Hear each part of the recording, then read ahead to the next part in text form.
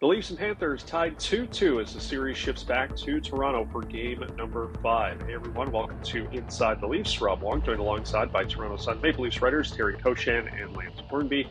Hey guys, Auston Matthews, no goals in this series and just one in his last 7 games. Terry, we'll start with you. What is your concern level when it comes to the lack of goals from the Maple Leafs captain?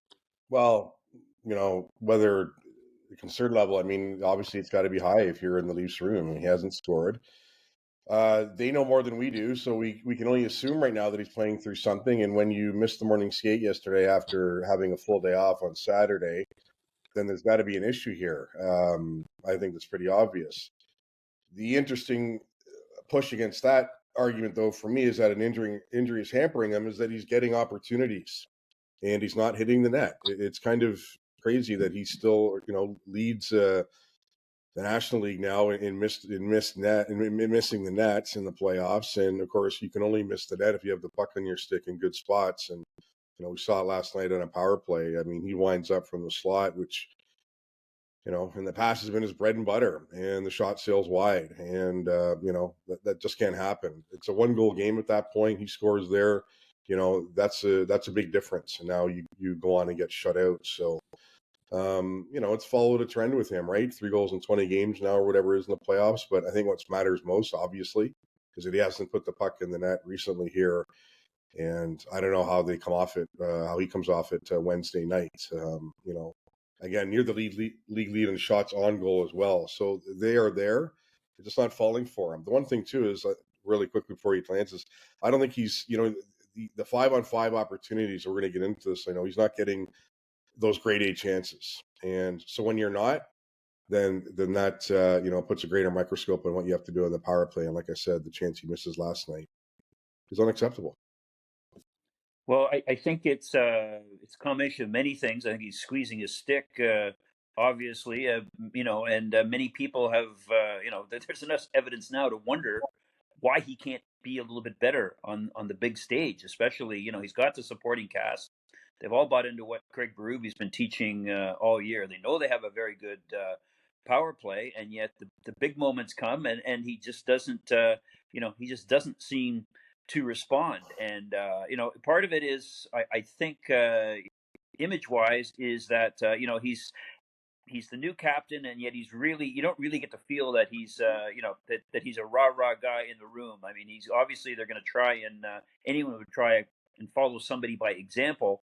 But it's hard to follow him by example when he's struggling a bit, and setting up the power play, giving him those chances. As Terry says, that's his bread and butter. He should be doing a lot better there. And he's still trying to hit people. I think if he was really, really injured, he wouldn't be trying to get a piece of people, which he's trying. He's a big man, unless when you look at what Matthew Nyes does on that line. If 2 of them were in the corners and digging like that, it should pay off for more. But got to be a concern going forward, because the fellow superstars on the Florida Panthers, they're getting it done, and they're going to pick up on that, and maybe things change at home with a different line change, different line matchup. Who knows? But they're in dangerous territory right now, and if another clunker in Game 5, and certainly he's not going to win any fans at home. Yeah, it really does feel like an Auston Matthews goal in Game 3 or Game 4 really could have changed the outlook of this series. But Lance, as you mentioned, still home ice advantage for the Maple Leafs at this point. This is why they tried to win the division in order to, have this ability. It really does seem like home ice has been an advantage for both teams here, being able to dictate the matchups. If you're Craig Berube and company, is that sort of a source of optimism that being able to have last change can potentially give you the upper hand here heading back home? I think so. I think going back to the first couple of games, I'm not mistaken. They went power against power. He started. Sometimes coaches in that situation love to start their grinders and get the energy in the building up with the 4th line or 3rd line. You went right with Matthews, and Paul Maurice went back with Barkov's line. In Florida, that changed a bit. They stuck the 3rd line on Matthews, limited his faceoffs a little bit, but certainly not a comfortable situation there. If they do have a saw-off on the first lines, if that's the way it sets up again in Game 5, then it's on the second line. You've also, without getting too carried away with what Matthews has not done, Nylander's got to take more advantage of his opportunity on his line. There's been a couple of pucks bouncing around there that both he and John Tavares could have knocked in. Pacioretty's influence, I think, has waned a bit in games 3 and 4. So if Matthews' line can hold their own, then I think it's incumbent upon the second and third lines of the Leafs to get a little offense in there. Well, yeah, no matter to me if you're Auston Matthews and you've got, Barkov you're going up against, or Anton Lundell, or, it's Sam Bennett, whatever the three centers are, and this goes for all three of those Leafs centers too, is you gotta fight through it. So yeah, they're gonna be matchups, but it's playoff hockey. That's what it's all about. It's nothing new. I don't know that there is much more of an advantage for Craig Berube coming back home now.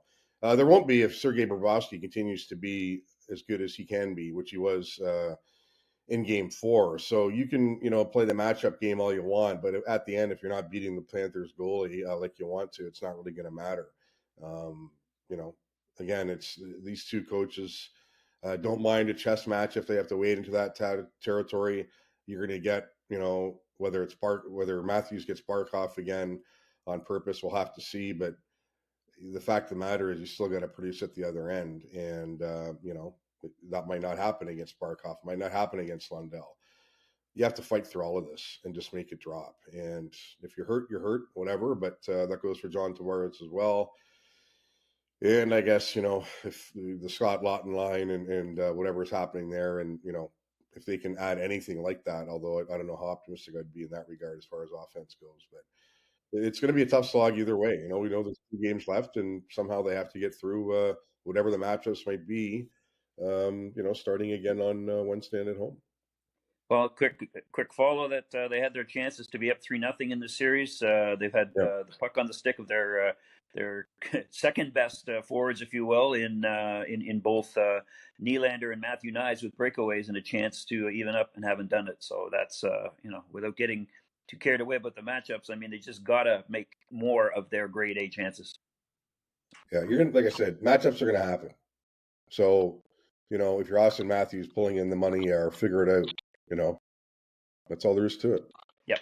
Well, the Leafs are talking somewhat optimistically that they knew it wasn't going to be easy coming into this series, going up against the defending Cup champs. But safe to say, Florida is completely off the mat now, heading 2-2 for game number 5 in Toronto on Wednesday night. As always, leave your thoughts in the comments section below. For Terry Koshan and Lance Hornby, I'm Rob Wong. Thanks for watching, and we'll talk to you after game number 5.